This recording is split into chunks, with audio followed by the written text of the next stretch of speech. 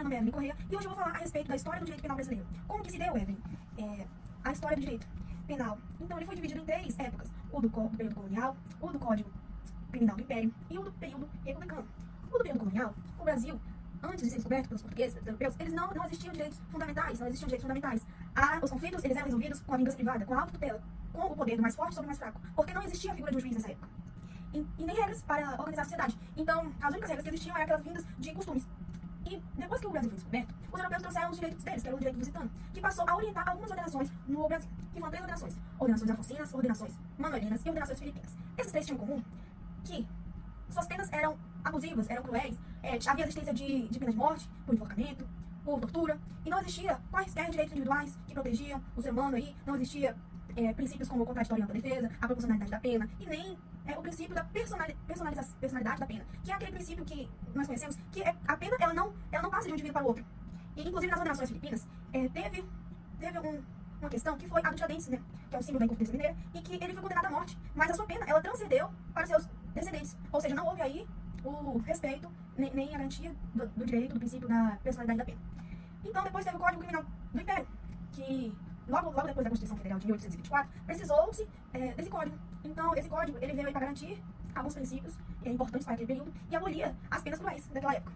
E um dos princípios, inclusive, muito importantes para esse período do Código Criminal do Império foi o princípio da personalidade da pena.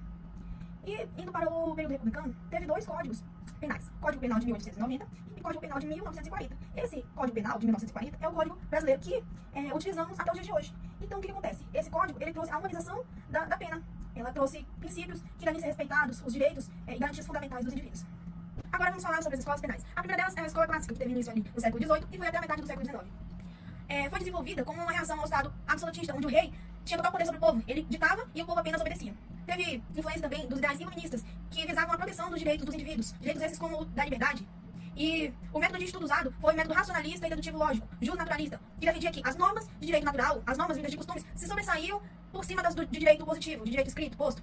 E 3 características dessa escola clássica é que, a primeira delas, o crime era considerado um conceito meramente jurídico. Ou seja, o crime ele era considerado aquilo que desrespeitava um pacto social. E a segunda característica é a concepção do livre-arbítrio, pois eles acreditavam que cada indivíduo ele era responsável pelas suas próprias condutas e ações. E a terceira característica é a concepção retribucionista da pena, onde eles acreditavam que a pena era como se fosse uma retribuição daquele mal que aquele indivíduo praticou perante a sociedade, ou na sociedade. E essa escola começou a ganhar força, esses ideais, com a obra de Dos Delitos e das Penas, de César Beccaria, porque ele trouxe ali o crime como uma conduta que descumpre um pacto social, um contrato social que o Estado tem com a sociedade, que é de proteger os direitos e garantias dos cidadãos. Já na escola positivista, ou positivismo criminológico, também no século XIX, depois da falência das ideias iluministas, houve então um aumento da criminalidade. E 3 formas de explicar o porquê que aumentou a criminalidade. A primeira forma foi o da pesquisa de César Lombroso, na sua obra O Homem Delinquente, que traz então aí causas biológicas, fazendo relação com que características físicas de uma pessoa semelhantes ao de um delinquente poderia dizer que tal pessoa é delinquente porque ela tem tal característica física. Enfim, a teoria que ele trouxe foi a teoria do criminoso nato, que dizia que o criminoso ele nascia para o crime. E essa teoria dele foi totalmente criticada porque fazia analogia com o racismo, pois ele determinou que pessoas que nasciam com cabelos escuros, com peles escuras, com tais características físicas, elas eram consideradas criminosas, deveriam ser criminalizadas. Então, ele não criminalizava a conduta daquela pessoa, ele criminalizava a pessoa em si.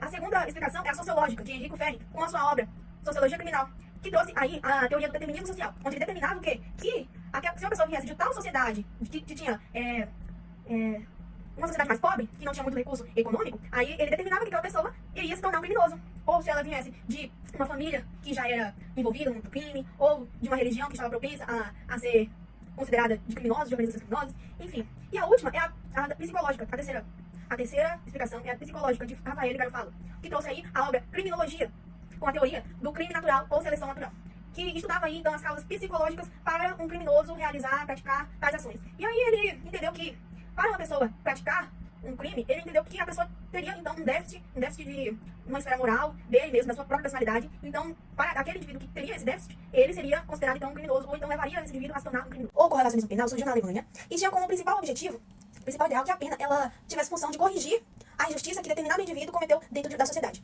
Porém, essas penas elas não poderiam ser fixas e nem poderiam ser indeterminadas. Para eles, a pena deveria durar um tempo adequado para que o indivíduo possa ser corrigido e que ele possa reingressar dentro da sociedade de forma que não prejudique os outros. Então, essa escola ela defende o quê? Que o crime ele deveria ser tratado com fins terapêuticos e ressocializadores. O tecnicismo marxismo jurídico penal, ele não é uma escola penal, ele é um movimento de restauração do estudo do direito penal.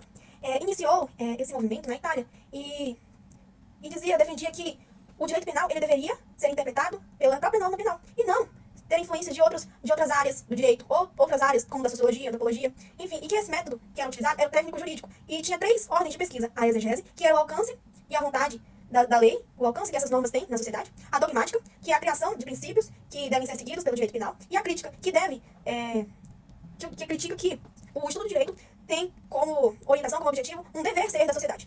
A doutrina da defesa social, que surgiu no século XX, ela traz aí ideias positivistas, mais preocupado com a proteção da sociedade como um todo. Então, a função da defesa social é impor que as penas sejam efetivas o suficiente para combater a criminalidade e que o direito penal faça com que a criminalidade acabe.